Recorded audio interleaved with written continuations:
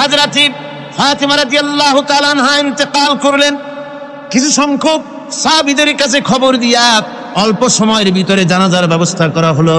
হযরত আবু যর গিফারী রাদিয়াল্লাহু তাআলা আনহু কবরের ভিতরে নেমে গেলেন। কবরের ভিতরে নেমে গিয়া হযরত আবু যর বলেন, রে কবর, তোর ভিতরে আজকে কাকে রাখবো, তুই কি তা জানিস নাকি? কোনো জবাব আসে না। হযরত আবু যর বলেন, কবর রে, তোর ভিতরে আজকে যাকে রাখবো তিনি হতেছেন হযরত ইমাম হাসান হোসেনের মা, বেহেশতের সমস্ত জওয়ানদের সরদার হবেন যারা, সেই দুইজনের মা তোর ভিতরে রাখবো, খবরদার বেয়াদবি করবি না।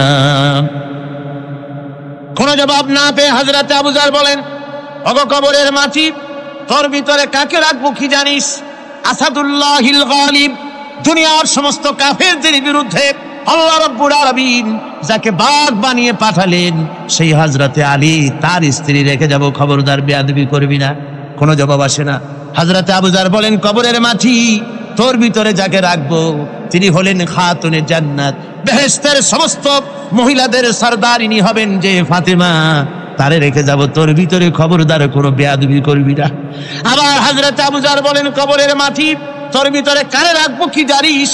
তোর ভিতরে আজকে যাকে রেখে যেতেছি তিনি হলেন আখেরি জামানার পয়গম্বর বিশ্বনবী জনাবে মুহাম্মদ রাসূলুল্লাহ সাল্লাল্লাহু আলাইহি ওয়াসাল্লামের কলিজার টুকরা মা ফাতেমাকে তোর ভিতরে রাখবো, খবরদার কবরের মাটি বেয়াদবি করবি না।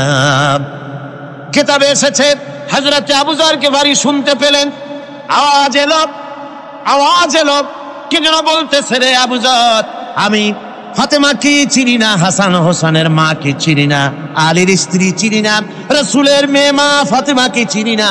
আমল যদি ভালো হয় আমার ভিতরে, আমল ভালো নিয়ে যে আসবে শান্তিতে থাকবে, আর আমল যদি খারাপ হয় আমার ভিতরে, তার অবস্থা চূড়ান্ত হয়ে যাবে।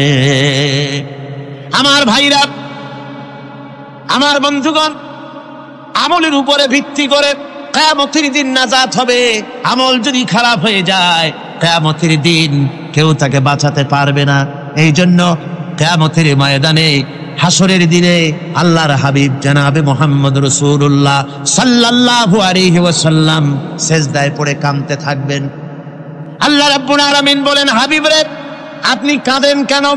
আজকে তো আপনার কাঁদার দিন না, আমি আপনাকে মাকামে মাহমুদ দান করেছি, আমি আপনাকে কাউসার দান করেছি, আপনার আজকে সম্মানের দিন, মর্যাদার দিন, কাঁদেন কেন?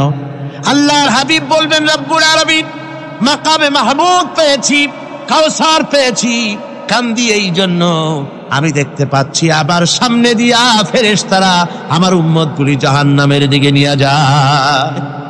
আল্লাহ রাব্বুল আলামিন বলবেন, ওগো আমার হাবিব, আমি আপনাকে ক্ষমতা দিলাম, আপনার জান্নাতি উম্মতগুলি আপনি বেছে নেন। আল্লাহর হাবিব তার জান্নাতের উম্মতগুলি বাঁচতে থাকবেন। হযরত আয়েশা বলেন, ইয়া রাসূলুল্লাহ, কিয়ামতের ময়দানে লক্ষ কোটি কোটি মানুষের ভিতরে আপনার জান্নাতি উম্মত আপনি চিনবেন কি করে? হুজুর বলেন, আয়েশা, কোন একটি ঘোড়ার কপাল যদি থাকে সাদা, এই সাদা কপালওয়ালা ঘোড়াটা যদি অসংখ্য ঘোড়ার ভিতরে যদি হারিয়ে যায়, তাহলে সাদা কপালওয়ালা ঘোড়ার মালিক তার ঘোড়াকে পাবে কিনা বলো? হযরত আয়েশা বলেন, হুজুর, অনায়াসে পাবে।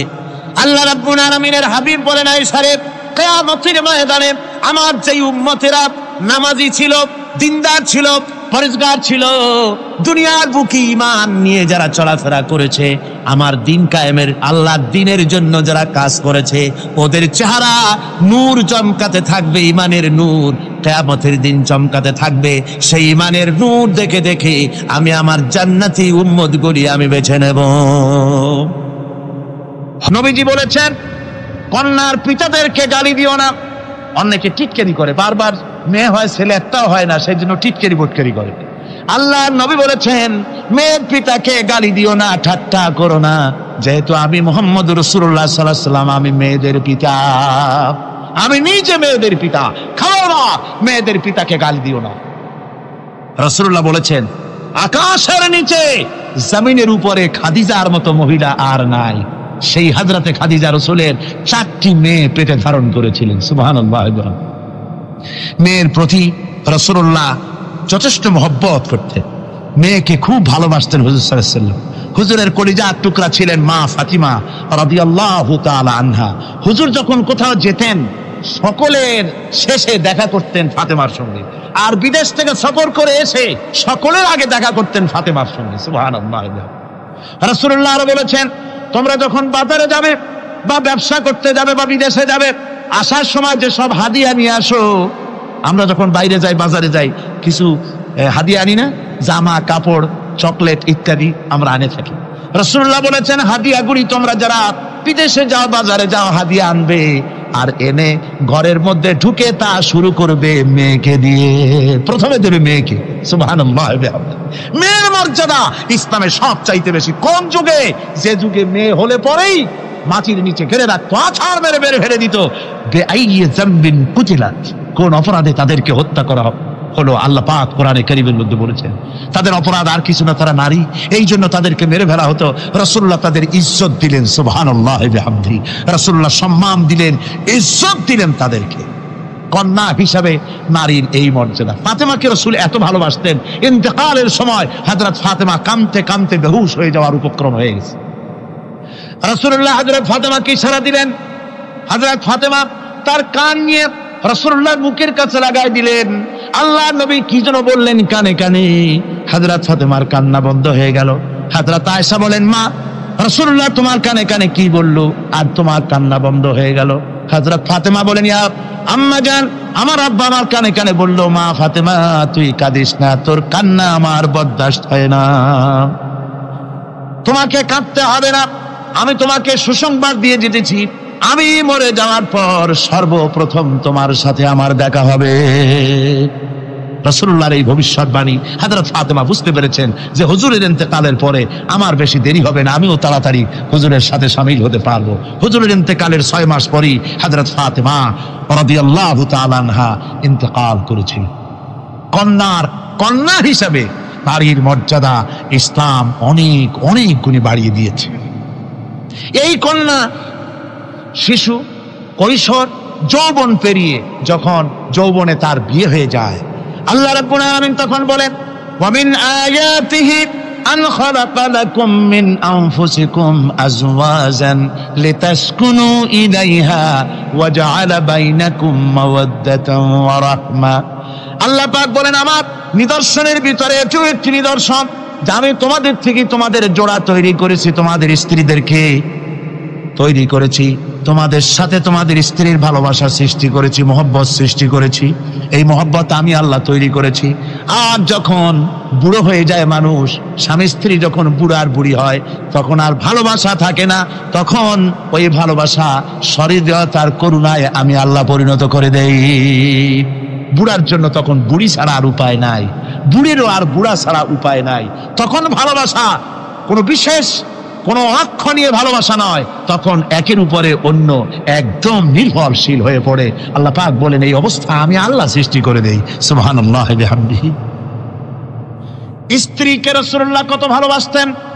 আল্লাহর নবী বলেছেন, আমার কাছে 3টা জিনিস প্রিয়, একটা হচ্ছে সুগন্ধি, একটা হচ্ছে নামাজ, আরেকটা হচ্ছে স্ত্রী। সুবহানাল্লাহ। স্ত্রী আমার কাছে প্রিয়। হুজুর বলেছেন, তোমাদের মধ্যে সেই ব্যক্তি উত্তম যে ব্যক্তি তার স্ত্রীর কাছে উত্তম। আমি আমার স্ত্রীদের কাছে উত্তম ব্যক্তি। সুবহানাল্লাহ। রাসূলুল্লাহ স্ত্রীকে কত ভালোবাসতেন। বিশ্বনবী রাজনৈতিক কর্মকাণ্ড চালাচ্ছেন, যুদ্ধের দামামা বাজতেছে, চতুর্দিকে কত অশান্তি, সবকিছু চলছে, স্ত্রীর হক আদায় করতে ভুলে যাননি। রাতের বেলায় হযরত আয়েশার বয়স কম, তাকে নিয়ে রাসূলুল্লাহ একটু সুযোগ পেয়েছেন, বলছেন, আয়েশা সব তো ঘুমিয়ে, চলো আমরা একটু দৌড়াই। ওই যে দূরে একটা জিনিস দেখা যায়, দৌড় দাও, দেখি কি আগে যায়। দুজনে দৌড় প্রতিযোগিতা করলেন। দৌড় প্রতিযোগিতায় হযরত আয়েশা ফার্স্ট হলেন, হুজুর পিছনে পড়ে গেলেন। হযরত আয়েশা খুব আনন্দ করলেন যে আপনি কিন্তু আমার সাথে দৌড়ে পারলেন। পরবর্তী কিছু কাল যাওয়ার পর হযরত আয়েশা বলেন, হুজুর আজকে আবার বললেন যে চলো আয়েশা একটু দৌড়াই। হযরত আয়েশা বলছেন যে সেদিনের তুলনায় আমার শরীর একটু, আমি মুটিয়ে গেছি, শরীরটি স্থূল হয়েছে, আমি আজকে দৌড়ালাম কিন্তু পারলাম না। রাসূল আগে চলে গেলেন। আমি হাঁপাতে হাঁপাতে যখন হুজুরের কাছে চলে গেছি, হুজুর তখন মুস্কি হেসে আমাকে বললেন, আয়েশা ওই সেই দিনের জবাব আজকে দিয়ে দিলাম। সুবহানাল্লাহি বিহামদিহি, সুবহানাল্লাহি বিহামদিহি। বিশ্ব নবী কত বড় আদর্শ বিশ্ব মানবতার জন্য। তিনি বলেছেন, আরাফাতের ময়দানে রাসূলুল্লাহ বলেছেন, তোমরা যেমন পড়বে তোমার স্ত্রীদেরকে তেমন পড়াবে, তোমরা যেমন খাবে তোমার স্ত্রীদেরকে তেমন খাওয়াবে। স্ট্যান্ডার্ড মেনটেন করবে। তুমি ভালো দামের কাপড় পরবে, স্ত্রীকে খারাপ দিবে তা নয়। অধিকার দুজনেরই সমান, স্বামী এবং স্ত্রী সমান অধিকার। কিন্তু আমরা তা বুঝতে পারি না, বুঝতে চাই না। আমরা অনেকে মনে করেছি বিয়ে যখন করছি তখন আমি তো নওয়াবজাদা নসরুল্লাহ খান, আর বউ তো কেনা দাসী। না, সে কিন্তু দাসী নয়, তার মর্যাদা আছে, তার সম্মান আছে, তার সম্মান আপনাকে দিতে হবে। রাসূলুল্লাহ দিয়েছেন, আপনাকেও দিতে হবে।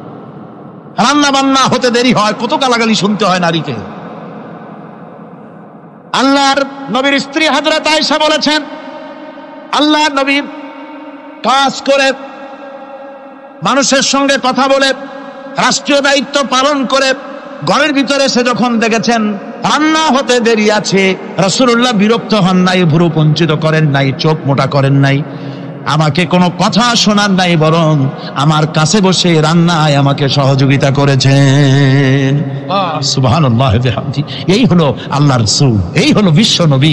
স্ত্রীর সঙ্গে কি মহব্বত! সুবহানাল্লাহি ওয়া বিহামদিহি। হুজুর মহব্বত করতেন স্ত্রীদেরকে। রাসূলুল্লাহর ঘরে দৌলত ছিল না, কিন্তু মহব্বত দিয়ে ভরা ছিল ঘরটা। হুজুরের ঘরে ফ্রিজ নাই, এসি নাই, হুজুরের ঘরে কার্পেট নাই, হুজুরের ঘরের মধ্যে জাজিম নাই, তোশক নাই, বড় বড় কম্বল নাই, আরামের কোনো জিনিস নাই, মডার্ন ইকুইপমেন্টস কিচ্ছু নাই, দৌলত নাই, কিন্তু মহব্বত দিয়ে ঘরটা ভরা। হযরত আয়েশা বলেছেন, আমি পানি পান করে গ্লাস রেখে দিতাম, আল্লাহর নবী তখন গ্লাসের সেই জায়গায় ঠোঁট লাগাতেন যেখানে আমি ঠোঁট লাগাইয়া পানি পান করেছি।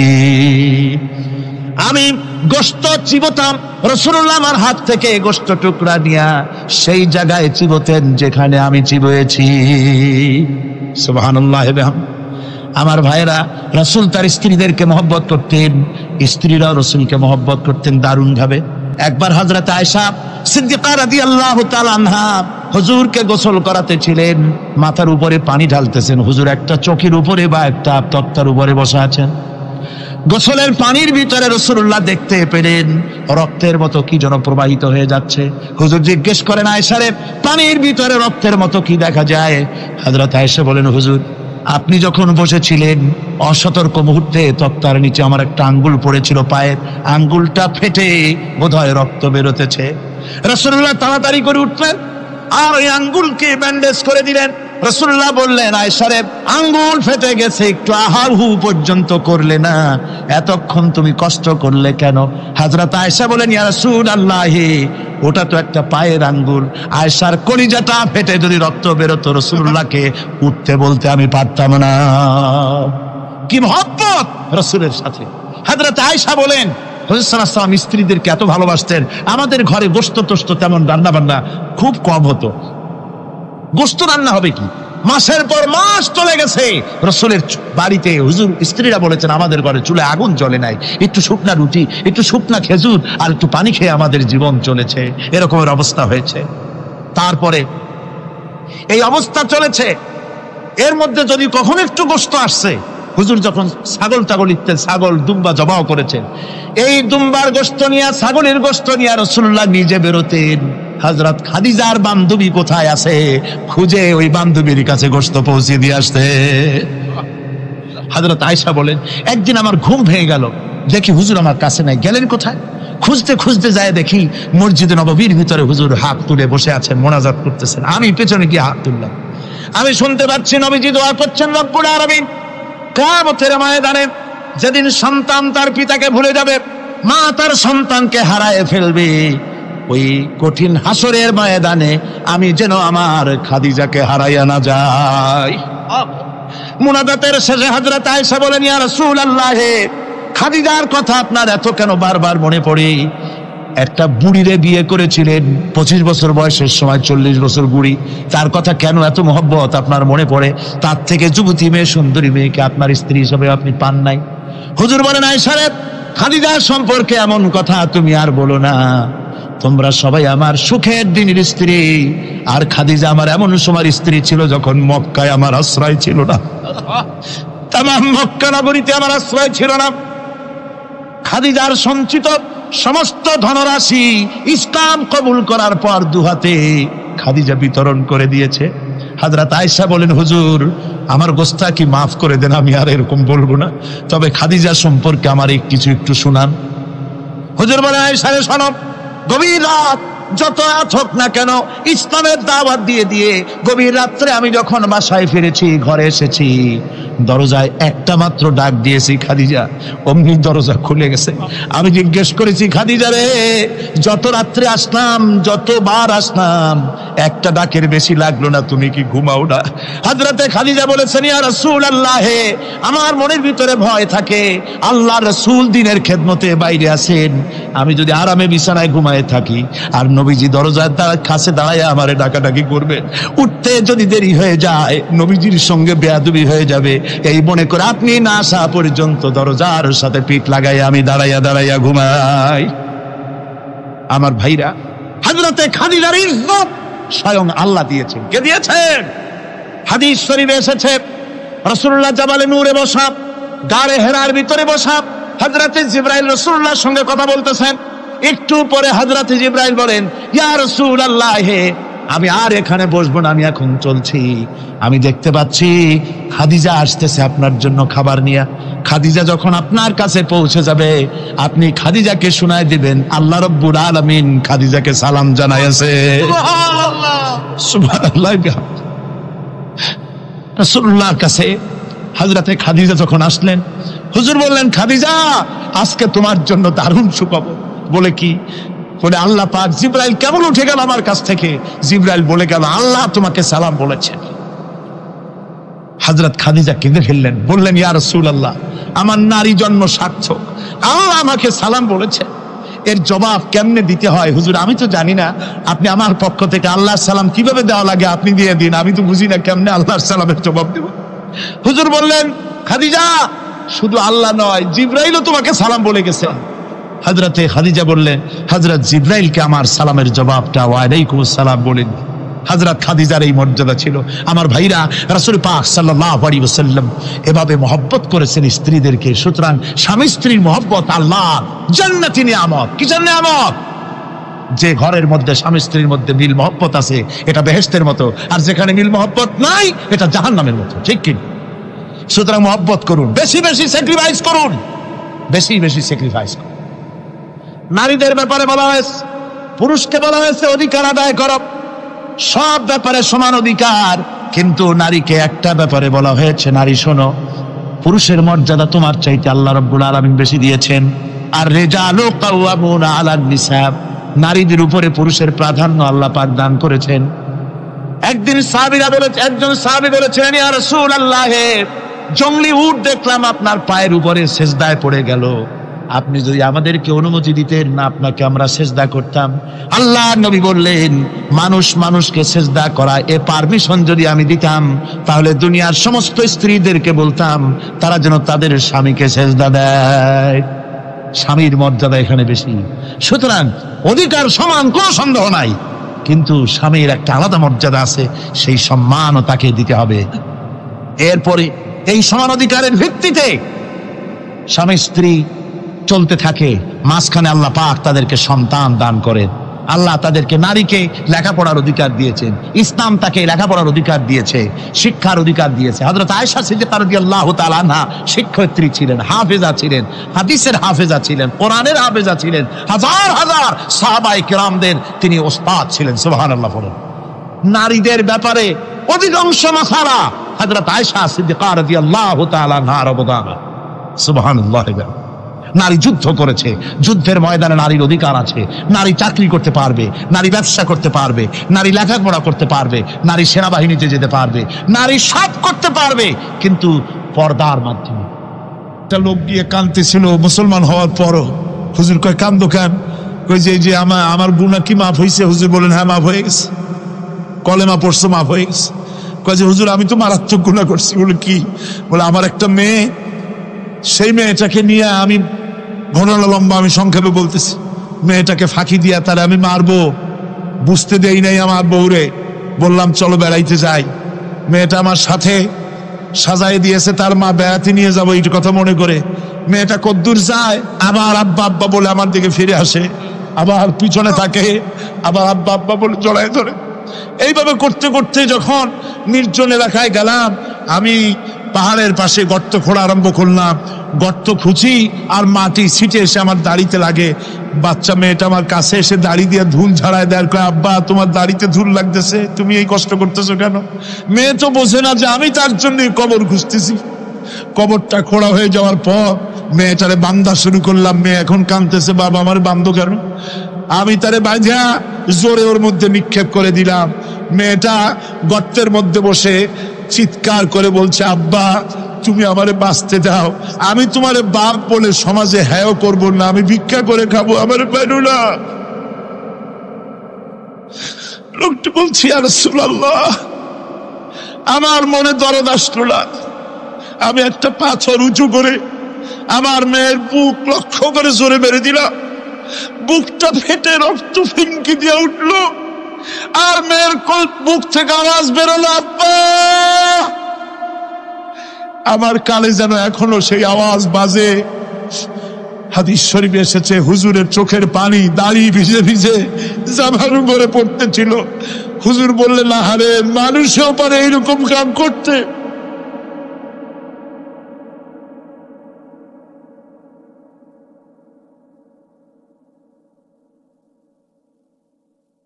পৃথিবীতে নারীর যখন কোনো সম্মান ছিল না, মর্যাদা ছিল না, সেই সময় আমার রাসূল, আমার বিশ্বনবী নারীদেরকে সম্মানের হাত ধরে গর্তের ভিতর থেকে উঠাইয়া রানীর সিংহাসনে বসায় দিলেন। সুবহানাল্লাহ, মায়ের মর্যাদা দিয়ে দিলেন। সুবহানাল্লাহ, নারীরা আমাদের মায়ের জাত। নারীরা আমার কিয়ের জাত? মায়ের জাত। আমার মা বোনেরা, তোমাদের সম্মান কত তোমরা জানো না। আমরা পুরুষ, আমাদের পায়ের তলে জুতা, আর তোমরা আমাদের মায়ের জাত। তোমরা নারী, তোমাদের পায়ের তলে আল্লাহর জান্নাত, আল্লাহর ব্যস্ততা তোমাদের পায়ের তলে। এই সম্মান আল্লাহ তোমাদের দিয়েছে, নবী দিয়েছেন। সুবহানাল্লাহ কর। ভাইরা আমার, অধিকার ইসলাম দিয়েছে। বিবাহ যখন হয়, এই বিবাহের সময় এজেন্ট আনতে হয়। আর বিবাহ হচ্ছে বিবাহ বৈঠক। এজেন্ট আনার জন্য ওই যে কি জানি কয়, ম্যারেজ রেজিস্ট্রার বা মৌলবি সাহেব, কার অনুমতি আগে নেয়? বলেন কার অনুমতি? তাহলে অধিকার ইসলাম পুরুষে দিল না মেয়ে লোকে দিল? আজ মেয়ে লোকের কাছে যাও, মেয়েটাকে জিজ্ঞেস করো সেই বিবাহে রাজি আছে কিনা। সুবহানাল্লাহ পড়ে, এই বিবাহে রাজি আছে কিনা জিজ্ঞেস করে, তার অধিকারই বেশি। এরপরে এই বিবাহে করার ব্যাপারে কত বৈষম্য। আজ বিবাহ করতে গেলে যৌতুকের প্রথা এসেছে। রাসূলুল্লাহ যৌতুক দিয়েছিলেন, ওটা যৌতুক না, ওটা উপহার, ওটা হাদিয়া। রাসূলুল্লাহ তোহফা দিয়েছিলেন হুজুরের জামাই। সুবহানাল্লাহ, কি জামাই! এক জামাই তো জিন্নুর আইন, যাকে ফেরেশতারা পর্যন্ত লজ্জা করত যারে দেখে, হযরত উসমান রাদিয়াল্লাহু তাআলা আনহু। আর একজন হযরত আলী কাররামাল্লাহু ওয়াজহাহু। হযরত আলী, যার সম্পর্কে রাসূল পাক সাল্লাল্লাহু আলাইহি ওয়াসাল্লাম যাকে কত সম্মান দিয়েছেন, কত মর্যাদা দিয়েছেন, এই হলো হযরত আলী, হুজুরের জামাই। আনা মাদিনাতুল ইলম ওয়া আলিউম বাবুহা, আমি হলাম জ্ঞানের রাজ্য, আর আলী হলো সেই রাজ্যে প্রবেশের দরজা। সুবহানাল্লাহ। ভাইরা, এই হলো জামাই। আর মেয়ে ফাতিমে জান্নাত বিনতে রাসূল, বেহেশতের সমস্ত রমণীদের সরদারিনী মা ফাতিমাতুজ জাহরা রাদিয়াল্লাহু তাআলা আনহা। কি উপহার দিলেন বিয়েতে রাসূল! এই মেয়ে আর এই জামাই। উপহার হলো খেজুরের ছোবড়ার একটা তোষক, পানি উঠাবার জন্য একটা মশক, আর আটা পেশা একটা জাতা। এই হলো নবীর মেয়ে আর জামাইয়ের জন্য উপহার।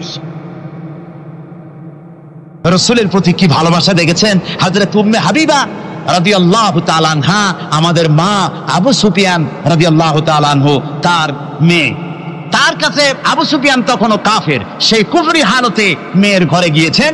যাওয়ার পরে হযরত উম্মে হাবিবা বাপ যখন বসতে গিয়েছেন, তখন উম্মে হাবিবা বলছেন যে আব্বা একটু দাঁড়ান। এই অবস্থায় দাঁড়াতে বলে বিছানাটা উল্টায়া দিয়া তারপরে বললেন যে বসেন। বাপ মনে খুব দুঃখ পেলেন। আবু সুফিয়ান বললেন, মা উম্মে হাবিবা, আমি তোমার পিতা, ভালো একটা বিছানা থাকলে তাই বিছায় দেওয়া উচিত ছিল, আর তুমি বিছানাটা উঠাইয়া তারপরে আমার খালি জায়গায় বসতে বললা, আমি তোমার ব্যবহারে আহত হলাম। হযরত উম্মে হাবিবা বলেন, আব্বা জান, নিশ্চয়ই আপনি আমার আব্বা, শ্রদ্ধেয় পিতা, কোনো সন্দেহ এতে নাই, কিন্তু আপনি একজন কাফের। আল্লাহর রাসূল যে বিছানায় বসেন, সেই বিছানা আমি একটা কাফেরকে বসতে দিতে পারি না।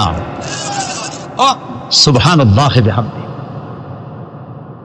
ওয়াসি বুঝতে পেরেছি মুহাম্মদ সাল্লাল্লাহু আলাইহি ওয়াসাল্লাম আল্লাহর রহমত, করুণার নবী, দয়ার নবী, তার কাছে যদি আমি যেতে পারি, তাহলে তিনি আমার সম্পর্কে যদি তার সামনে যেতে পারি, তাহলে তার কঠোর মনোভাব আমার প্রতি নরম হয়ে যাবে। এই মনে করে সাহাবায়ে কেরামদের চোখ এড়ায়া তিনি হুজুরের সামনে গিয়ে হাজির হয়ে গেলেন। হুজুর তাকে দেখিয়ে বললেন, তোমার নাম না ওয়াসি? তিনি বললেন, হ্যাঁ আমার নাম ওয়াসি। হুজুর বললেন, তুমি আমার চাচাকে শহীদ করেছো? ওয়াসি বললেন, জাহালাতের কারণে তা করেছি। হুজুর বললেন, কেমনে শহীদ করেছো আমার চাচাকে, আমার একটু শোনাও। ওয়াসি বলতে লাগলেন, আমি বল্লম দিয়ে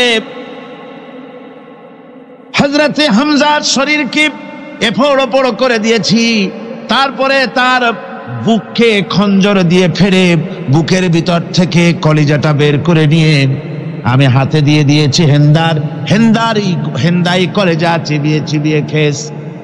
রাসূল পাক সাল্লাল্লাহু আলাইহি ওয়াসাল্লাম, হাদিস শরীফে এসেছে, ওয়াসির বর্ণনা যখন তিনি শুনতেছিলেন, রাসূলের চোখ থেকে তখন পানি পড়ে দাড়ি মোবারক ভিজে ভিজে পড়তেছিল। ঘটনা শোনার পর রাসূলুল্লাহ বললেন, ওয়াসি তুমি কি চাও? ওয়াসি বললেন, আমি ইসলাম কবুল করতে চাই। হুজুর তাকে মুসলমান বানালেন। বললেন, তুমি মুসলমান হলে কিন্তু সব সময় তুমি আমার সামনে আসবে না, তার কারণ তোমাকে দেখলে পরে আমার মনের ভিতরে আমার চাচার কথা মনে উঠে যাবে। আমি আমার আব্বাকে পাই নাই, আব্বার স্নেহ যত্ন আমার কিসমতে তেমন হয় নাই। আমার চাচা হামজা আমাকে পিতার মতো করে আমাকে স্নেহ করেছে, তোমাকে দেখলে পরে তার কথা মনে পড়বে, সুতরাং তুমি সবসময় আমার সামনে আসবে না। ওয়াসি সেদিন শপথ নিয়েছিলেন, রব্বুল আলামিন, আমি জাহালাতের কারণে যেই বল্লম দিয়ে একজন শ্রেষ্ঠ সন্তানকে আমি শহীদ করে ফেলেছিলাম, আমি বুঝতে পারি নাই, ওই বল্লমটা আমি হেফাজতে রেখে দিয়েছি। তুমি আমার এই দোয়া মঞ্জুর করো, আমি যেন এই বল্লম দিয়ে এই পৃথিবীর নিকৃষ্ট ইসলামের কোন দুশ্মনকে যেন আমি শেষ করে দিতে পারি। আল্লাহ পাক দোয়া তার মঞ্জুর করে নিলেন। মুসাইলামা কাযযাবের বিরুদ্ধে হযরত আবু বকর সিদ্দিক রাদিয়াল্লাহু তাআলা আনহু যে বাহিনী পাঠালেন, হযরত ওয়াসি সেই বাহিনীর মধ্যে ছিলেন। আর তিনি সেই বল্লমটা দিয়া, যে বল্লম দিয়ে তিনি হযরত হামজাকে শহীদ করেছিলেন, সেই বল্লমটা দিয়েই ইসলামের নিকৃষ্ট শত্রু মুসাইলামা কাযযাবকে দুনিয়া থেকে তিনি বিদায় করে দিলেন। রাসূলের যুগে একজন নবুয়তের দাবি করলো, তার নাম হচ্ছে মুসাইলামা কাযযাব। সে দাবি করলো, সে মনে করলো যে নবুয়ত হচ্ছে একটা ব্যবসা। মুহাম্মদ সাল্লাল্লাহু আলাইহি ওয়াসাল্লামের কিছু ছিল না, নবুয়তের দাবি করলো, গনিমতের মাল আসলো, টাকা পয়সা আসলো, তারপর রাজত্ব হয়ে গেল। এরকম তো কম কথা না। তা আমিও যদি নবুয়তের দাবি করি, তাহলে এরকমের একটা ব্যবসা আমিও করতে পারবো। এই চিন্তা ভাবনা করে নবুয়তের দাবি করে বসলো। নবুয়তের দাবি করে সে প্রচার করে বেড়াতে লাগলো, আমি নবী। তারপর তার উম্মতেরা বলল যে, আচ্ছা আপনি তো নবী বুঝলাম, তা মুহাম্মদ সাল্লাল্লাহু আলাইহি ওয়াসাল্লামের উপরে ওহী নাজিল হয়, আপনি তো কোনো নতুন ওহী আমাদের দিতে পারলেন না, কোনো সূরাও এ পর্যন্ত আসলো না। মুসাইলামা কাযযাব বলল, দেখো কেবল না নবী হলাম, একটু সময় দাও ওহী আসা। কিছুদিন পর বলল যে সূরাটা এসে গেছে। বলে কি? সে সূরা কাউসারের একটা প্যারোডি তৈরি করলো। বলল, আমার উপরে একটা নতুন সূরা আসছে, সূরাটি হচ্ছে ইন্না আতাইনাকাল আকাক ফাসাল্লি লিরাব্বিকা ওয়াজাক ইন্না শানিয়াকা হুয়াল আবলাক। এর অর্থ হচ্ছে আমি তোমাকে আকাক পক্ষী দান করেছি। আর আকাক পক্ষী বলা হয় হুতুম পেঁচাকে। ও যে কায়দার নবী, পাখিটাও পাইছে সেই কায়দারই। তারপরে ফাসাল্লি লিরাব্বিকা ওয়াজাক, সুতরাং তোমার প্রভুর উদ্দেশ্যে নামাজ পড়ো আর জোরে সোরে চিৎকার করো। মনে রেখো, তোমার দুশ্মন হবে শ্বেত এবং কৃষ্ণবর্ণে। এর না আছে কোনো গোড়া, না আছে এর মাথা, না আছে এর কোনো অর্থ, না আছে কিছু। এই জাতীয় সূরা দেখিয়া উম্মতেরা বলল, কি যে আশ্চর্য কথা, মুহাম্মদ সাল্লাল্লাহু আলাইহি ওয়াসাল্লামের উপরে যে সূরা নাজিল হয়েছে তা পড়তে কত সুন্দর, কত ভাব গম্ভীর, আর এ কি একটা সূরা নাজিল হলো। তারা নিজেরা বলা তোয়া করলো। আর একবার ধরলো মুসাইলামাকে, তারা বলল মুহাম্মদ সাল্লাল্লাহু আলাইহি ওয়াসাল্লাম তাকে তার উম্মতেরা তাদের বাগানে নিয়ে যায়। নিলে পরে যে বাগান থেকে তিনি যান, গাছে খরমা না থাকলে খরমা হয়ে যায়। কোনো পানি শূন্য কুয়ার কাছ থেকে গেলে তার বরকতে কুয়ায় পানি চলে আসে। তো আপনি এরকমের কিছু আমাদের দেখান। বললো আমাকেও তোমরা এভাবে নিয়ে যাও। তখন তাকে নিয়ে যাওয়া হলো। দেখলো উম্মতেরা যে এমনই পোড়া কপালে এক নবী তাদের ভাগে পড়ছে, যে বাগান দিয়ে যায়, গাছে খরমা থাকলে খরমা পড়িয়ে যায়, নষ্ট হয়ে যায়। আর কোনো পানিওয়ালা কুয়ার কাছ থেকে হাঁটলে সে কুয়া থেকে পানিও শেষ হয়ে যায়। এরপরে তার সাহস বাড়লো। মুসাইলামা কাজ্জাব রাসূল পাক সাল্লাল্লাহু আলাইহি ওয়াসাল্লামের কাছে এক চিঠি লিখলো। সে চিঠির ভাষা ছিল মিন মুসাইলামা রাসূলিল্লাহ ইলা মুহাম্মাদুর রাসূলুল্লাহ সালামুন আলাইকুম আম্মা বাদ ফাইন্নী আশরাকতু ফিল আমর ওয়া ইন্না লানা নিসফাল আরদ ওয়া লিকুরাইশিন নিসফাল আরদ ওয়ালাকিন্না কুরাইশান কওমান ইয়াতাদুন। সে চিঠি লিখলো যে মুসাইলামা আল্লাহ রসুলের পক্ষ থেকে নাউজুবিল্লাহ মুহাম্মদ সাল্লাল্লাহু আলাইহি সাল্লামের কাছে এই চিঠি পাঠানো হচ্ছে। ফাইন্নী কাদ আশরাকতু ফিল আমরি মাক, আমি হচ্ছি আপনার নবুয়তের একজন অংশীদার। এই হিসাবে পৃথিবীর অর্ধেক হচ্ছে আমার আর অর্ধেক হচ্ছে কোরাইশদের। কিন্তু কোরাইশরা বিষয়টা বুঝতে না পেরে আমার সাথে বাড়াবাড়ি করতেছে। হুজুর সাল্লাল্লাহু আলাইহি ওয়াসাল্লাম এই চিঠির জবাব দিলেন। হুজুর লিখলেন, বিসমিল্লাহির রহমানির রহিম মিন মুহাম্মাদুর রাসূলুল্লাহ সাল্লাল্লাহু আলাইহি ওয়াসাল্লাম ইলা মুসাইলামাতিল কাজ্জাব আসসালামু আলা মান ইত্তাবাআল হুদা আম্মা বাদ ফাইন্নাল আরদা লিল্লাহি ইউরিসুহা মিন ইবাদিহি ওয়াল আকিবাতু লিল মুত্তাকিন। রাসূল পাক সাল্লাল্লাহু আলাইহি ওয়াসাল্লাম লিখলেন, এই চিঠি যাচ্ছে মুহাম্মদ সাল্লাল্লাহু আলাইহি ওয়াসাল্লামের কাছ থেকে মুসাইলামা কাজ্জাবের কাছে। শুনে রাখো, শান্তি বর্ষিত হোক তার প্রতি যিনি হেদায়েত প্রাপ্ত। এই পৃথিবীর উত্তরাধিকারী হচ্ছে কেবলমাত্র আল্লাহ পাকের সেই সব বান্দারা যারা নাকি আল্লাহর গোলাম, আল্লাহর একান্ত আল্লাহর আইন এবং কানুনকে মেনে যারা চলে। আর পরকাল হচ্ছে সেই সমস্ত লোকেদের জন্যই। মুসাইলামা কাজ্জাবের মুয়াজ্জিন যারা, তারাও জানতো, তারাও জানতো যে লোকটা মিথ্যেবাদী। তো কিছু মাল পানি পাওয়া যায়, টাকা পয়সা পাওয়া যায়, সাথে থাকলে কিছু খাওয়াটাও যায়, এই জন্য তার সাথে থাকতো। রাসূলুল্লাহর মুয়াজ্জিন আযান দিতেন, আশহাদু আন্না মুহাম্মাদার রাসূলুল্লাহ, আমি সাক্ষ্য দিচ্ছি মুহাম্মদ সাল্লাল্লাহু আলাইহি ওয়াসাল্লাম আল্লাহর রাসূল। আর মুসাইলামার মুয়াজ্জিন যে ছিল, সে আযান দিত, আশহাদু আন্না মুসাইলামাতা ইয়াজামু আন্নাহু রাসূলুল্লাহ। ও বলতো, আযান দিত এই কথা বলে যে আমি সাক্ষ্য দিচ্ছি মুসাইলামা মনে করে যে সে আল্লাহর রাসূল। আমার ভাইরা, এরপরে মুসাইলামা কাজ্জাবের বিরুদ্ধে হযরত আবু বকর সিদ্দিক রাদিয়াল্লাহু তাআলা আনহু 40,000 লোকের একটা বিশাল বাহিনী, সাহাবায়ে কেরামদের এক বিশাল বাহিনী পাঠিয়ে দিলেন মুসাইলামা কাজ্জাবের বিরুদ্ধে লড়াই করার জন্য। এর সিবাসারার ছিলেন হযরত খালিদ বিন ওয়ালিদ।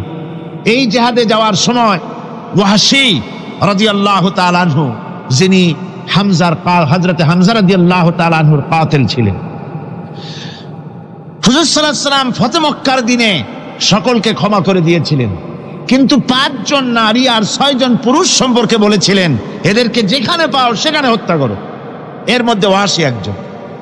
ওয়াসি বুঝতে পেরেছি মুহাম্মদ সাল্লাল্লাহু আলাইহি ওয়াসাল্লাম আল্লাহর রহমত, করুণার নবী, দয়ার নবী, তার কাছে যদি আমি যেতে পারি তাহলে তিনি আমার সম্পর্কে, যদি তার সামনে যেতে পারি তাহলে তার কঠোর মনোভাব আমার প্রতি নরম হয়ে যাবে।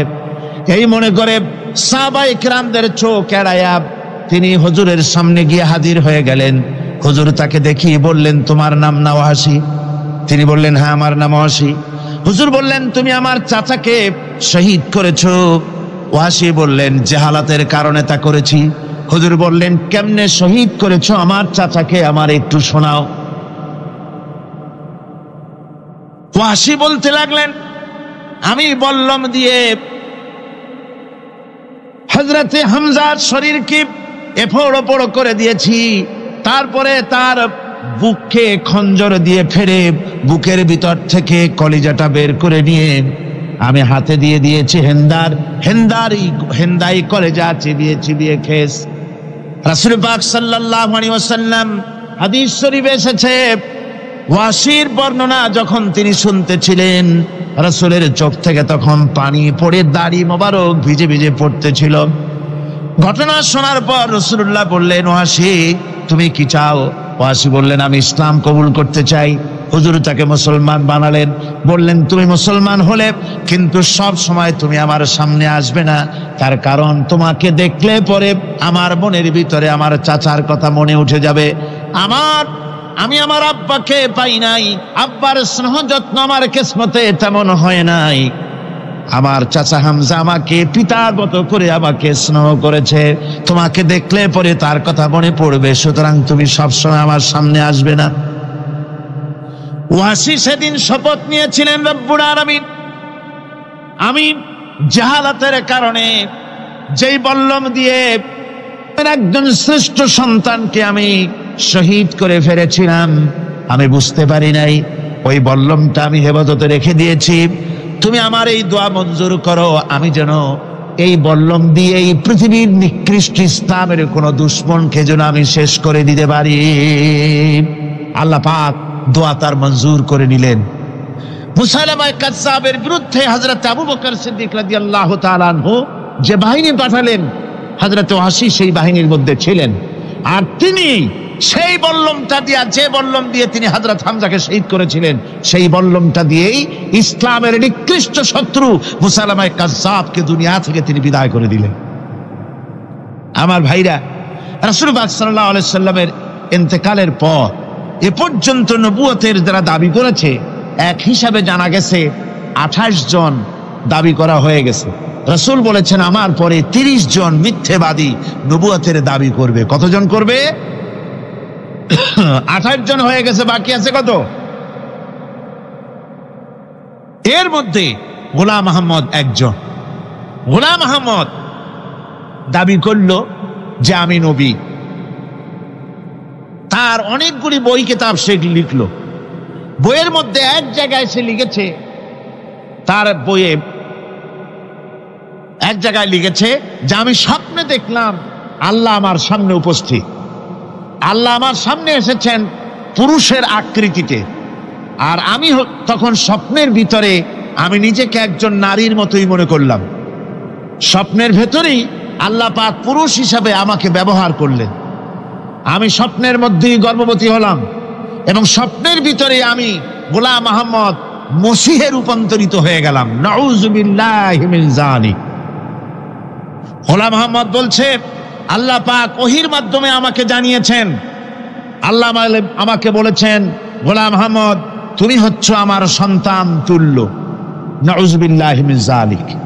এইভাবে অসংখ্য মিথ্যে কথা দিয়ে বইপত্র রচনা করেছে। লোকেরা তার কাছে নবুয়তের প্রমাণ চেয়েছে। আসলে শরীয়তের বিধান হচ্ছে, হুজুরের পরে যদি কেউ নবুয়তের দাবি করে তাহলে তাকে সে নবী কিনা এর কোনো প্রমাণ তার কাছে চাওয়াও জায়েজ নাই। যেহেতু প্রমাণ চাইতে গেলে বোঝা যায়, সন্দেহ হয় কিছুটা, প্রমাণ দিতে পারলে তাহলে সে নবী হবে। কথা বুঝতে পেরেছেন? এই জন্য রাসূলের পরে যদি কেউ নবুয়তের দাবি করে, তাহলে তার কাছে নবুয়তের দাবির কোনো প্রমাণও চাওয়া যাইবে না। বিনা প্রমাণে রাসূলের পরে নবুয়তের দাবি যেই করবে সে কি হবে? জোরে বলেন কি হবে? কাফের হয়ে যাবে। দুনিয়ার সমস্ত উলামা, সমস্ত মুহাদ্দিস, সমস্ত মুফাসসির, দুনিয়ার সমস্ত মুফতি সব একমত, কোনো দ্বিমত নাই, গোলাম মোহাম্মদ কাদিয়ানী কাফের। তার অনুসারীরাও তার জামানায় মাওলানা আতাউল্লাহ শাহ বুখারী রাহমাতুল্লাহ আলাইহি তার সঙ্গে একটা বহস হলো। যেহেতু গোলাম মোহাম্মদ বলেছিল যে আমার এই 40 দিনের মধ্যে কেউ প্রতিবাদ করুক যেগুলি আমার ওহী নয়। হযরতে মাওলানা আতাউল্লাহ শাহ বুখারী রাহমাতুল্লাহ আলাইহি সেই যুগের একজন শ্রেষ্ঠ আলিম, তিনি বললেন, আমি তোমার কাছে কোনো প্রমাণ চাই না তুমি নবী কিনা, আমি জানি তুমি মিথ্যেবাদী, তবে তোমাকে বলতে হবে তুমি এই শক্তি কোথায় পেলে। গোলাম মোহাম্মদ বলল, কোরআন শরীফেই আছে আমার এই শক্তির উৎস। কোথায়? বলল যে এই যে আয়াতটা আমি আপনাদের সামনে তেলাওয়াত করেছি, ঈসা আলাইহিস সালামের ওই কথাই গোলাম মোহাম্মদ বলল যে হযরত ঈসা আমার সম্পর্কে বলেছেন, ইয়াতি মিন বাদি ইসমুহু আহমদ, আমার পরে একজন নবী আসবেন, রাসূল আসবেন, তার নাম হবে আহমদ, আমি সেই আহমদ। মাওলানা আতাউল্লাহ বুখারী বলছেন, তোমার নাম তো আহমদ না, তোমার নাম হচ্ছে গোলাম আহমদ। তার অর্থ হলো হযরত ঈসা আলাইহিস সালাম যে আহমদের কথা বলেছেন, তুমি সেই আহমদের গোলাম। গোলাম আহমদ বললেন, দেখুন আমার নামের প্রথম শব্দ গোলাম, এটা হচ্ছে আমার লকব, আমি আমার নামের লকবটা ছেড়ে দিলাম, বাদ দিয়ে দিলাম, আর ব্যবহার করব না। তাহলে তো আমি আহমদ থাকি, আপনি তো আর আপত্তি করতে পারেন না। মাওলানা বুখারী বললেন, নামের প্রথম শব্দ বাদ দেওয়া যদি জায়েজ হয়, তাহলে তোমার ফতোয়া দিয়ে আমার নামের প্রথম শব্দ বাদ দিয়ে দিলাম। আমার নাম আতা আল্লাহ, নামের প্রথম শব্দ আতা বাদ দিয়ে দিলাম। তো আতা যদি বাদ দেই তাহলে আল্লাহ হই, আর আল্লাহ হয়ে বলছি তোমার মতো গাধাকে নবুয়ত আমি দেই নাই। এরপর এই পৃথিবীর নিকৃষ্ট পাপী এই কাফেরের মৌত হলো কোথায়? জোরে বলেন, এই কাফেরের মৌত হলো কোথায়? পায়খানার ভেতরে মৌত হয়েছে। আমার বন্ধুগণ, সুতরাং বাংলাদেশে যত কাদিয়ানি আছে, সমস্ত কাদিয়ানিরা কাফের। সমস্ত কাদিয়ানিরা কি? আরো জোরে বলুন, তারা কি? কাদিয়ানিরা মুসলমানদের গোরস্থানে, তাদের মানুষ মারা গেলে মুসলমানদের গোরস্থানে তা দাফন করে না, মুসলমানদের জানাজায় তারা কোনোদিন আসে না, মুসলমানদের কোনো মসজিদে তারা নামাজ পড়তে যায় না, তারা আলাদাভাবে মসজিদ তৈরি করে মসজিদের নামে। গোলাম মোহাম্মদ কাদিয়ানীর অনুসারীরা যে মসজিদ করে, ওগুলি মসজিদ নয়, এগুলি মসজিদে জিরাত। এগুলি কি? মসজিদে জিরাত। এগুলি কখনোই মসজিদের সম্মান পেতে পারে না। তারা কোরআনে কারীমের ব্যাখ্যা নিজেরা করেছে, নিজেরা তৈরি করেছে, যার সাথে আহলে সুন্নাতুল জামাতের হাদিসের কোনো মিল নাই, নিজেরাই করেছে। সুতরাং এই কাদিয়ানীদেরকে সৌদি আরবিয়া সহ মধ্যপ্রাচ্যের 18টি দেশ এবং পাকিস্তান সরকারও নন মুসলিম মাইনরিটি হিসাবে ঘোষণা করেছে। বাংলাদেশ সরকারের কাছে কাদিয়ানীদেরকে অমুসলিম ঘোষণার জন্য দাবি জানানো হচ্ছে দীর্ঘদিন থেকে, কিন্তু যে সরকারি আসে কর্ণপাত করে না, কাদিয়ানীদের সাথে তাল মিলিয়ে চলতে চেষ্টা করে। আর এই তাল মিলিয়ে চলার অর্থই হলো মুনাফিকি। এই তাল মিলিয়ে চলার অর্থ কি? মুনাফিকি।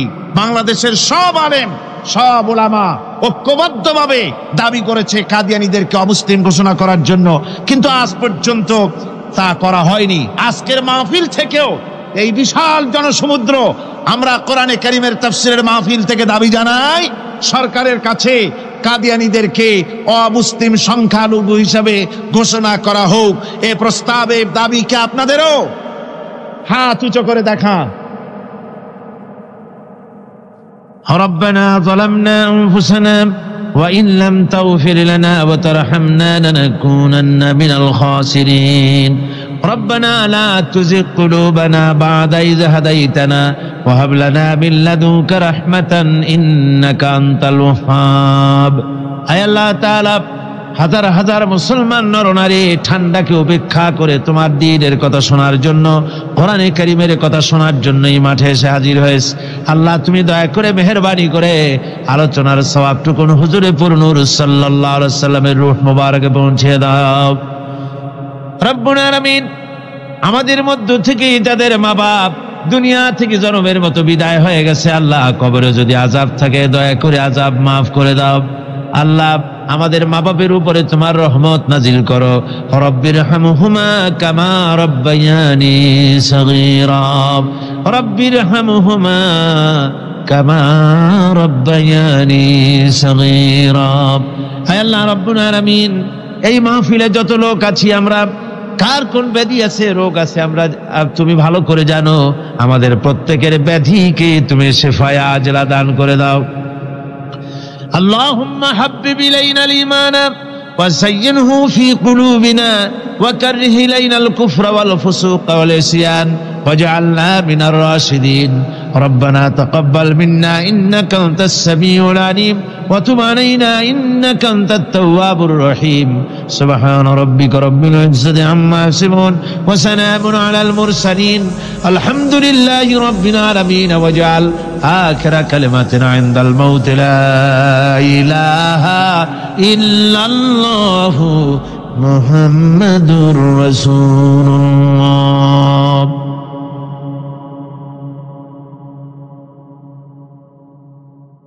তিনজনের দোয়া কবুল হবে আল্লাহর দরবারে।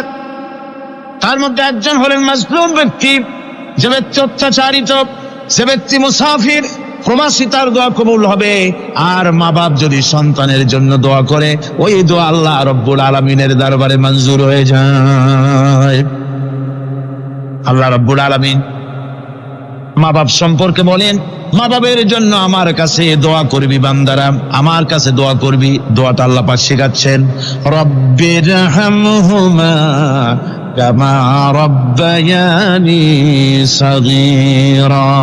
পড়েন সবাই, রব্বিরহামহুমা কামা রব্বায়ানি সগীরা। একটু জিকির করেন, লা ইলাহা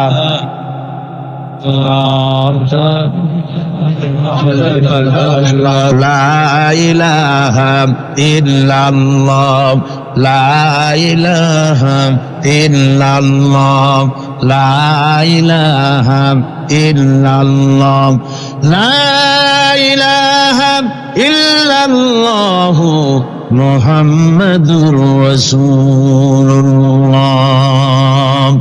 আমার ভাইরা, আল্লাহ পাক শিখাচ্ছেন, বান্দা তোর মা বাপের জন্য আমার কাছে দোয়া কর। আল্লাহ রব, আয় আমার প্রভু, আমার মা বাপ যেমন ছোটবেলায় আমাকে স্নেহের কোলে লালন পালন করেছে, আয় আমার আল্লাহ তুমি আমার মা বাপকে তোমার রহমতের কোলে লালন পালন করো। আল্লাহ শিখাই দিয়েছেন। আমার ভাইরা, প্রত্যেক নামাজের পরে এই দোয়াটা ভুলে যাবেন না। ভুলে যাবেন? ভুলে যাবেন? আমার ভাইরা, আমার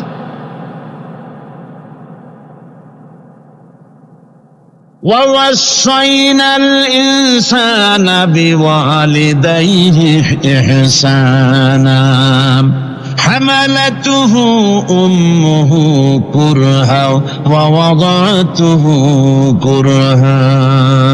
আল্লাহ পাক বলেন, আমি পৃথিবীর সমস্ত মানব মণ্ডলীকে উপদেশ দিয়েছি, মা বাপকে সম্মান করো, শ্রদ্ধা করো, তাদের উপকার করো। তার কারণ হলো তোমার মা তোমাকে গর্ভে ধারণ করেছে অত্যন্ত কষ্টের সাথে। আল্লাহ বলতেছেন, মা তোমাকে গর্ভ ধারণ করেছে অত্যন্ত কষ্টের সাথে, এরপরে তোমাকে ডেলিভারি করেছেন অত্যন্ত কষ্টের সাথে, তোমাকে ডেলিভারি করেছেন। গভীর রাত্রে মানুষ সব ঘুমায় যায়, গর্ভবতী মা ঘুমাতে পারে না, সন্তান পেটের ভিতরে হাঁটু দিয়া গুতা মেরেছে, পা দিয়া লাথি মেরেছে। মা চরম শীতের রাত্রে, প্রচন্ড শীতের রাতে গায়ের লেপটা সরাই দিয়া মা একবার দাঁড়ায়, আর একবার বসে, একবার দেওয়ালের সাথে হেলান দিয়া দাঁড়ায়, কষ্ট করে রাতটায় কাটায় দেয়। আবার সারাদিন সংসারের জন্য কাজ করেছেন, রান্না বান্না করেছেন, মা সকলকে খাওয়াইয়া মা শেষের দিকে খেতে গেছেন। যখন নিজে খেতে গেলেন, আবার ক্ষুধাত নিয়ে পেট ক্ষুধা নিয়ে খেতে বসেছেন, পেটের ভিতরে সন্তান লাথি মেরেছে, পেটের মধ্যে ঘুষা মেরেছে, হাঁটু দিয়া গুতা মেরেছে, ভরা পেটে পেটের ভিতরে সন্তান গুতা মারলো হাঁটু দিয়া মাথা দিয়া। মা ক্ষুধা রয়েছে পেটে, খেতে পারলেন না, বেদনা শুরু হয়েছে। খাবারের থালাটা ঠেলে দিয়ে মা দাঁড়ালেন, বসলেন, চোখের পানি ফেললেন। এভাবে করে মা একটা দুইটা দিন নয়, 10টি মাস পর্যন্ত সন্তানটাকে পেটের মধ্যে নিয়ে, একটা জীবিত মানুষ আর একটা জীবিত সন্তান পেটের মধ্যে নিয়ে নড়াচড়া করছেন, চলাফেরা করছেন। কিতাবের মধ্যে এসেছে রাতের বেলায় মা যে ঘুমাতে পারেন না সন্তানের নড়াচড়ার কারণে। রাতভর ইবাদত করলে যত সওয়াব পাওয়া যেত, আল্লাহ ওই সওয়াব মায়ের আমলনামায় লিখে দেন। সন্তান পেটে থাকার কারণে খেতে পারে না, পেট ভরে ক্ষুধায় কষ্ট পায় মা। এই জন্যে 10 মাস ধরে রোজা রাখলে যে সওয়াব হতো, আল্লাহ রাব্বুল আলামিন মায়ের আমলনামায় রোজার সওয়াব লিখে দেন। 10 মাস পরে গেল, সন্তান ডেলিভারির সময় চলে এলো। মায়ের মন বিমর্ষ, সন্তান ডেলিভারি হবে, না জানি মরে যাই নাকি, না জানি অপারেশন লাগে নাকি, কি অবস্থা হবে। মা খেতে পারে না, মুখটা শুকায়া যায়। ডেলিভারির সময় যখন আসে, মাবাবের কাছ থেকে বিদায় নিয়ে যায়, স্বামীকে একান্তে গোপনে ডেকে নিয়ে বলে, প্রাণের স্বামী, দীর্ঘদিন একসঙ্গে ঘর কন্যা করেছি, অপরাধ হয়ে যেতে পারে, আমারে মাফ করে দিও। আমার মনে হয় এবার আমি আর বাঁচবো না। সংসার থাকলো, চাবি থাকলো, সব বুঝে নাও, আমারে মাফ করে দিও। মা চলে গেল সতিকা গৃহে, ক্লিনিকে চলে গেল, অপারেশন থিয়েটারে চলে গেল, অথবা ডেলিভারির জায়গায় চলে গেল। ডেলিভারি পেইন শুরু হয়ে গেল, বেদনা শুরু হয়ে গেল। এক একটা বেদনা যেন মায়ের এক একটা মৃত্যু যন্ত্রণা শুরু হয়ে যায়। এমন যন্ত্রণা, প্রসব বেদনা দুনিয়ার ভুক্তভোগী মা ছাড়া আর কেউ জানে না। এই চরম বেদনার ভেতর দিয়ে, চরম কষ্টের ভিতরে মা যখন একটা বাচ্চা প্রসব করলো, জিহাদের ময়দানের মতো মা রক্তাক্ত হয়ে গেলেন, সন্তান দুনিয়ায় এলো। মা তখন অস্থির থাকেন। এত বড় বিরাট কষ্টের ভিতরে আল্লাহ রাব্বুল আলামিন বলেন, সন্তান যখন ডেলিভারি হয়ে গেল, মায়ের মনের ভিতরে আমি তখন এই ফিলিংস, এই টেন্ডেন্সি জাগ্রত করে দিই, দেখ কি হয়েছে। মা তখন দেখতে চায় কি হয়েছে। মায়ের সামনে যখন এত কষ্টের, হৃদয় বিংড়ানো, কলিজার 32টি নারী ছেঁড়া যন্ত্রণার সন্তান যখন মায়ের চোখের সামনে আসে, আল্লাহ পাক বলেন, মা যখন তার ছেলের মুখের দিকে তাকায়, মেয়ের মুখের দিকে তাকায়, আল্লাহ বলেন 10 মাসের পেটে ধরা কষ্ট আর ডেলিভারির সব কষ্ট মায়ের মন থেকে মুছে ফেলে দেই। আল্লাহ রাব্বুল আলামিন বলেন, খবরদার দুনিয়ার মানুষ, এমন মায়ের সাথে নাফরমানি করবি না, এ মায়ের সাথে নাফরমানি করবি না। মাকে সম্মান করবি, মার কাছে দোয়া চাবি। দুনিয়ায় যদি সম্মান চাও, রিসপেক্ট চাও, মায়ের পায়ে ধরে কাঁদো। মায়ের জাতি অনেক সম্মান তার। রাসূল করিম সাল্লাল্লাহু আলাইহি সাল্লামকে প্রশ্ন করা হয়েছে, হুজুর খেদমত করবো কার? হুজুর কয় মায়ের। তারপরে কার? হুজুর কয় মায়ের। তারপরে কার? হুজুর বলেন মায়ের। তারপরে কার? তোমার পিতার। 3 গুণ। তোর ভাইয়ের মর্যাদা 3 গুণ বেশি, তোর বাবার চাইতে মর্যাদা বেশি। সুবহানাল্লাহ পড়ে। আর আজকে ইসলামের শত্রুরা তারা বলে যে ইসলাম নারীর অধিকার আদায় করে নাই। নারীর অধিকার ইসলাম দেয় নাই তো কে দিয়েছে? আমার বন্ধুগণ, বিশ্বনবী জনাবে মুহাম্মদ রাসূলুল্লাহ সাল্লাল্লাহু আলাইহি ওয়াসাল্লাম মসজিদে নববীর ভিতরে বসে আছেন। এক বৃদ্ধা মহিলা মসজিদের মধ্যে প্রবেশ করলেন। হুজুর বৃদ্ধাকে দেখে দাঁড়ায় গেলেন, বিশ্বনবী বুড়ি মেয়ে লোককে দেখে দাঁড়ায় গেলেন। আল্লাহর নবী বুড়িকে দেখে দাঁড়ালেন। বুড়ি যখন কাছে এলেন, আল্লাহর নবী নিজের গায়ের চাদর বুড়ির জন্য বিছায়া দিলেন। বুড়ি বসলেন। এরপরে কথাবার্তা সারার পর বুড়ি যখন বিদায় হবেন, হুজুর আবার দাঁড়ালেন। বুড়ি মহিলা চলে গেলেন। সাহাবায়ে কেরাম বলেন, ইয়া রাসূলুল্লাহ, কিছুই বুঝলাম না, একজন বৃদ্ধা মহিলার জন্য বিশ্ব নবী দাঁড়ান আর গায়ের চাদর বিছান। আমরা বড় আশ্চর্য হয়ে গেলাম। নবীজি বলেন, ও আমার সাহাবীরা, তোমরা জানো না এই মহিলাকে চিনতে পারো নাই? আমি আমার মায়ের দুধ আমার জীবনে কিসমতে তেমন হয় নাই, আমি আমার মায়ের দুধ তেমন কিসমতে পাই নাই। যার বুকে দুধ খেয়ে যার কোলে কাখে চড়ে আমি বড় হয়েছি, আমার সেই দুধ মা ইনি হযরতে হালিমাতুস সাদিয়া। আর সেই দুধ মা রাসূলুল্লাহ নিজে সম্মান দিয়েছেন মায়ের। খবরদার, মাকে অসম্মান করবেন না, মাকে সম্মান করবেন, মাকে শ্রদ্ধা করবেন। আমার বন্ধুগণ, আলেম ওলামা পীর বুজুর্গদের জন্য হাদিয়া তো দেন আপনারা, কোনো নিষেধ নাই, দেন। হাদিয়া দেওয়া সুন্নত, নেওয়া সুন্নত, দিবেন, আমি কোনো নিষেধ করি না। কিন্তু আমি বলতে চাই, পীর বুজুর্গদের কাছে, আলেম ওলামাদের কাছে হাদিয়া দিয়া আল্লাহরে যত না খুশি করতে পারবেন, এই ডালিম বেদানার মৌসুমে বেদানা একটা ভেঙে নিজ হাতে যদি মায়ের মুখে তুলে দেন, আল্লাহর আরশ খুশি হয়ে যাবে, আল্লাহর আরশ আজিম খুশি হয়ে যাবে, আল্লাহ পাক খুশি হয়ে যাবে। মায়ের খাওয়াও, বাপ তো খাওয়াও, তোমার সবচেয়ে বড় প্রিয় জিনিস। সুবহানাল্লাহ বলে, সুবহানাল্লাহ। মা বাপ যদি একটু দোয়া করে দেয়, তোমার জিন্দেগির কাম শেষ। একটু বদদোয়া করলে জাহান্নামে যাবা। কোন পীর বদদোয়া করলে জাহান্নামে যাবে এমন কথা নয়, কোন মওলানা বদদোয়া করলে দোজখে যাবে এমন কথা নয়। রাসূল বলেছেন, হুমা জান্নাতুকা ওয়া নারুকা। মা বাপ তোমার বেহেশত, মা বাপ তোমার জাহান্নাম। মা বাপ যদি অসন্তুষ্ট হয় দোজখে যাবি, আর মা বাপ যদি খুশি আল্লাহর জান্নাতে চলে যাবি। সুবহানাল্লাহ, সুবহানাল্লাহ, সুবহানাল্লাহ। মায়ের পায়ের তলে তোর বেহেশত। আমরা পুরুষ, আমাদের গত বছরও বলেছি, আমরা পুরুষ, আমাদের পায়ের তলে জুতা। আমাদের পায়ের তলে কি? শুধু জুতা। আর আমার মা, আমার মায়ের জাতি যারা এই প্যান্ডেলে বসে আছেন, আমার মায়েরা, বোনেরা, মায়ের জাতি যারা পৃথিবীতে, মায়ের জাতির পায়ের তলে আল্লাহর বেহেশত। সুবহান। নারীর মর্যাদা ইসলাম দেয় নাই, কে দিয়েছে? আল্লাহ দিয়েছেন, আল্লাহর রাসূল দিয়েছেন। আর আমার মা, আমার মায়ের জাতি যারা এই প্যান্ডেলে বসে আছেন, আমার মায়েরা, বোনেরা, মায়ের জাতি যারা পৃথিবীতে, মায়ের জাতির পায়ের তলে আল্লাহর বেহেশত। সুবহান। নারীর মর্যাদা ইসলাম দেয় নাই, কে দিয়েছে? আল্লাহ দিয়েছেন, আল্লাহর রাসূল দিয়েছেন। আমার বন্ধুগণ, হযরত বায়জিদ বুস্তামি, ছোট্ট বাচ্চা ছেলে, গভীর রাত্রে মা অসুস্থ, পানির পিপাসায় জেগে উঠেছেন।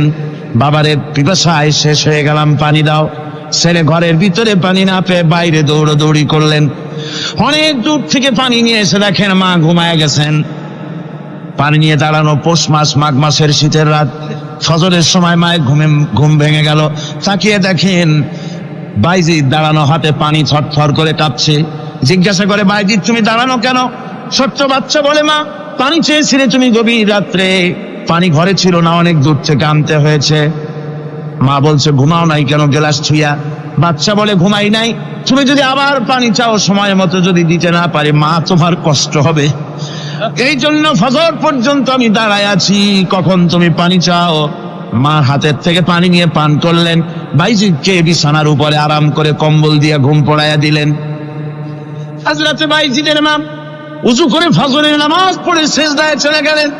চিৎকার মেরে কেঁদে বলেন, আমার রব, আমার আল্লাহ, আমি আমার বাইজিদের মা, আমি মা হয়ে বাইজিদের জন্য দোয়া করি।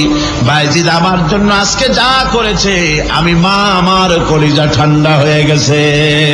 হায় আল্লাহ, আমি বাইজিদের জন্য দোয়া করি, তুমি তাকে সুলতানুল আরিফিন বানাইয়া দিও। মঞ্জুর হয়ে গেল আল্লাহ পাকের কাছে দোয়া। আমার ভাইরা, আল্লাহ পাক বলছেন, খবরদার, আমার ইবাদতের পরে মা বাপ, আল্লাহর ইবাদতের পরে কারা? মা বাপ। মা বাপকে সম্মান করো, শ্রদ্ধা করো, মোহাব্বত করো, কিসমত খুলে যাবে, কিসমত খুলে যাবে। মা বাপকে সম্মান করো। হযরত আবু হুরায়রা রাদিয়াল্লাহু তাআলা আনহু রাসূলের সামনে এসে কাঁদতেছে। হুজুর বলছেন, আবু হুরায়রা কাঁদো কেন? কাঁদো কেন? রাতের বেলা কাঁদো। হযরত আবু হুরায়রা বলছেন, হুজুর আমাকে মা মেরেছেন। হুজুর বলছেন, মা মারলো কেন? কোন অপরাধ করেছো? কোন গোস্তাখি করেছো? আবু হুরায়রা বলছেন, না হুজুর, কোন গোস্তাখি করি নাই, তবে মারলো কেন? হযরত আবু হুরায়রা বলছেন, হুজুর আমি আপনার দরবার থেকে ফিরতে রাত হয়ে গিয়েছিল। মা জিজ্ঞেস করলেন, আবু হুরায়রা এত রাত্রে কোথায় ছিলি? বললাম, আমি ছিলাম যে কদম চুমতে পারলে দুনিয়া ধন্য হয়, সেই দরবারে নববীর কদম মোবারক থেকে আসতে আমার দেরি হয়েছে। আমার মা মুশরিকা, আপনার নাম শুনে তার গায়ে আগুন জ্বলে উঠলো, আমাকে ধরে মারা আরম্ভ করলো। বলল, হয় আমার বাড়ি ছাড়বি আর না হয় মুহাম্মদ সাল্লাল্লাহু আলাইহি ওয়াসাল্লামের দরবার ছাড়বি। আমি বললাম, আমার মা, তুমি বুড়ি মানুষ, তোমার গায়ে যত শক্তি আছে সমস্ত শক্তি দিয়ে আমারে পিটাও, আমারে মারো। মারতে মারতে আমাকে বাড়ি থেকে তুমি বের করে দাও। তোমার বাড়ি শুদ্ধ তাম দুনিয়া ছেড়ে দিতে পারি, আল্লাহর নবীর কদম মোবারক ছেড়ে দিতে পারি না। হুজুর আমার মা আমাকে গলা ধাক্কা দিয়ে বের করে দিয়েছেন। হুজুর বলছেন, আবু হুরায়রা তোমার মা তোমাকে মেরেছে, তুমি আমার কাছে নালিশ করছো? আমার তো এখানে ইন্টারফেয়ার করার কিছুই নেই। সুবহানাল্লাহ, সুবহানাল্লাহ, মা তোমাকে মেরেছে, এখানে আমার করার কিচ্ছু নাই। বিশ্বনবী বলছেন, এত বড় পাওয়ারফুল নবী, লেজিসলেটিভ পাওয়ার, সারে আল্লাহ তাকে বানিয়েছেন শরীয়ত প্রণেতা। কোরআন শরীফ, কোরআন শরীফে শুধু হালাল ও হারামের, হালাল এবং হারামের, বৈধ এবং অবৈধের সীমারেখা শুধু কোরআনই ঠিক করেন, রাসূলের জন্য আল্লাহ ছেড়ে দিয়েছেন। আল্লাহ রাসূলও হারাম, হালাল এবং হারামের বৈধ, বৈধতা অবৈধতার সীমারেখা নির্ধারণ করেছেন। এত বড় ক্ষমতা তা, এত বড় পাওয়ারফুল বিশ্বনবী, তিনি বলছেন মা মেরেছে, আমার করার কিছু নাই। চিন্তা করেন কত বড় কথা, এ কথার লোড কত। হযরত আবু হুরায়রা বলেন, ইয়া রাসূলুল্লাহ, মা আমাকে মেরেছেন, আমি আল্লাহর নবীর কাছে মায়ের বিরুদ্ধে নালিশ করতে আসি নাই। বললেন, কেন এসেছো? হযরত আবু হুরায়রা বলেন, হুজুর এসেছি একটা কারণে, আমি জানি আল্লাহ নবী যদি আল্লাহর দরবারে হাত উঠায়া কোনো জিনিস বলে আল্লাহ রাব্বুল আলামিন সঙ্গে সঙ্গে মঞ্জুর করে নেন। হুজুর আমি এসেছি, মেহেরবানি করে দোয়া করুন আমার মাকে যেন আল্লাহ হেদায়েত নসিব করে দেন। আল্লাহ নবী হাত উঁচু করে বললেন, আল্লাহুম্মা হিদি উম্মা আবি হুরায়রা, আয় আল্লাহ আমি দোয়া করি আবু হুরায়রার মাকে তুমি হেদায়েত নসিব করে দাও। রাসূলুল্লাহ দোয়া করছেন আর আবু হুরায়রা সমানে দৌড়াচ্ছেন। তিনি দৌড়াচ্ছেন, পিছন থেকে কয়েকজনে আবু হুরায়রার জামা টেনে ধরেছে, দৌড়। তাদের জানা আবু হুরায়রা খুব ভদ্রলোক মানুষ, কোন ঝড় ঝামেলার মধ্যে থাকে না, লালসাক করে না, চিৎকার মারে না, দৌড় মারে না, এত ভদ্র শরীর, দৌড়ায় কি না জানি কোন বিপদ বুঝি ঘটে গেছে। পিছন থেকে জামা টেনে ধরে বলে, দৌড়াও কেন? হযরত আবু হুরায়রা জামা সাহাবীর হাত থেকে ছিনায় নিয়ে বলেন, জামা ছেড়ে দাও, আমাকে দৌড়াতে দাও, আমি দৌড়াইয়া বাড়িতে দেখতে চাই। আমি দৌড়াই আগে আমার বাড়ি পৌঁছতে পারলাম না, আমি যাওয়ার আগে আমার আল্লাহর নবীর দোয়া আমার বাড়ি পৌঁছে গেছে, আমি এইটা দেখতে চাই। হযরত আবু হুরায়রা বাড়িতে গিয়ে দরজা নক করলেন, ভেতর থেকে আওয়াজ এলো, কে? হযরত আবু হুরায়রা বলেন, মা আমি তোমার আবু হুরায়রা ফিরে এসেছি। মা বলছেন, বাবা অপেক্ষা করো, দরজা খুলতেছি। হযরত আবু হুরায়রা বলেন, মায়ের গলার আওয়াজের ভিতরে শিরকিয়াতের কর্কশতা পেলাম না, মায়ের গলার আওয়াজের ভিতরে তাওহীদের গন্ধ পেলাম। আমার মনে হলো নবীজির নিক্ষিপ্ত তীর তার নিশানায় পৌঁছে গেছে। কিছুক্ষণ পর মা আমার বেরিয়ে এলেন, মাথা থেকে চুলের থেকে বুড়ি মানুষ, সাদা চুলের ভিতর থেকে পানি পড়তেছে। মা বলল, বাবারে তোমারে মারার পর আমি বড় অনুতপ্ত হয়েছি, অনুশোচনা করেছি, আমি গোসল করেছি, মনে মনে ভাবলাম আমার ছেলে তো কোনো খারাপ জায়গায় যায় নাই, কেন তারে মারলাম, আমি বড় লজ্জায় পড়েছি তোমারে মেরে। ও আমার আবু হুরায়রা, আমি গোসল করেছি, পবিত্র হয়ে গেছি, জলদি করে আমাকে নিয়ে চলো বিশ্ব নবী জনাবে মুহাম্মদুর রাসূলুল্লাহর দরবারে। হযরত আবু হুরায়রার মা ঘোষণা করলেন, আশহাদু আল্লা ইলাহা ইল্লাল্লাহু ওয়াহদাহু লা শারীকা লাহু ওয়া আশহাদু আন্না মুহাম্মাদান আবদুহু ওয়া রাসূলুহু। আমার ভাইরা, মা বাপ সবচেয়ে সম্মানের জিনিস। আল্লাহর ইবাদতের পরই মা বাপের খেদমত করতে হবে। আল্লাহ পাক বলছেন, বান্দারে দেখ, মায়ের পেট থেকে আনলাম, মায়ের বুকের মধ্যে মহব্বত পয়দা করলাম, এত মহব্বত দিলাম তোর উপরে, যে কোনো বিদেশে যান, যেখানে যান, বাড়িতে ফিরলে পরে সকলে, ছেলে মেয়ে ভাই বোন সবাই দেখবে সুটকেসে আমার জন্য আনছে কি, সবাই চিন্তা করবে আমার জন্য কি এনেছে। একমাত্র মা সন্তানের মুখের দিকে তাকাবে কখন খাইছে সে। সুবহানাল্লাহ, সুবহানাল্লাহ, আমার বাসার মুখখানে শুকনা, তুই বুঝি আজকে কিছু খাইস নাই। বিদেশে যেসব সন্তান থাকে, মা টাকা কবুতরের মতো ছটফট করে। আমার ছোটবেলার কথা আমি দেখেছি, শ্বশুরে মাদ্রাসায় পড়তাম, আব্বা টাকা দিতেন মাদ্রাসায় যাওয়ার সময়, আবার মা আবার মুরগির ডিম বিক্রি করা, বিভিন্ন জিনিস বিক্রি করা বা বাজার করা পয়সা, উদ্বৃত্ত কিছু পয়সা আব্বার অজান্তে আমার হাতের মুঠার মধ্যে দিয়ে দিতেন। যখন মাদ্রাসার দিকে রওনা হয়েছি, পর্দার আড়াল থেকে, দরজা থেকে দেখতাম, যতক্ষণ তাকায় দেখতেছি চোখ থেকে পানি দল করে পড়তেছে। সুবহানাল্লাহ, মা কি জিনিস! আল্লাহ আল্লাহ আল্লাহ। বিদেশে যদি কারো সন্তান মারা যায়, সবাই জানার আগে কবি বলতেছেন, বিদেশে বিরাজ্যে যার পুত্র মারা যায়, পশু পক্ষী না জানিতে আগে জানে মা। মায়ের কই যার তারে টান লেগে যায়, মা বুঝতে পারে আমার সন্তানটা নাই। আহারে মা! আমার বন্ধুগণ, মা যার বেঁচে আছে, বেয়াদবি করেছেন, পাও ধরে মাপ নিয়ে নেবেন, পাও ধরে মাপ নিয়ে নেবেন। মা তো পা ধরে দেখবেন, মাফ করে দিবে। সুবহানাল্লাহ, সুবহানাল্লাহ, কত দরদ তার বুকের মধ্যে। আর মা বাপকে সম্মান করবে। যাক, এই বিষয়ের উপরে আমি আর যেতে চাই না। সত্যি আপনাদের বললাম, এই বিশাল জনতাকে বললাম, সবচাইতে বড় পীর আপনার জন্য আপনার মা বাপ। সবচেয়ে বড় পীর কে? মা বাপ। সন্তুষ্ট করেন, রুজিতে অভাব ঘটবে না, কোন মাজারে গিয়ে সেজদা দেওয়া লাগবে না, আল্লাহর কসম, মাজারে যাই চাওয়া লাগবে না। মা বাপকে খেদমত করেন, মা বাপকে খুশি করেন, মা বাপকে খাওয়ান, হাদিয়া দেন, মা বাপ খুশি, রুজিতে বরকত হবে, ব্যবসায় বরকত হবে, ঋণগ্রস্ত থাকবেন না, সম্মান আল্লাহ বাড়ায় দিবেন। সুবহানাল্লাহ, বিহামদি, রাসূলুল্লাহর হাদিস। এই জন্য আমি অনুরোধ করব, মা বাপকে সম্মান করবে।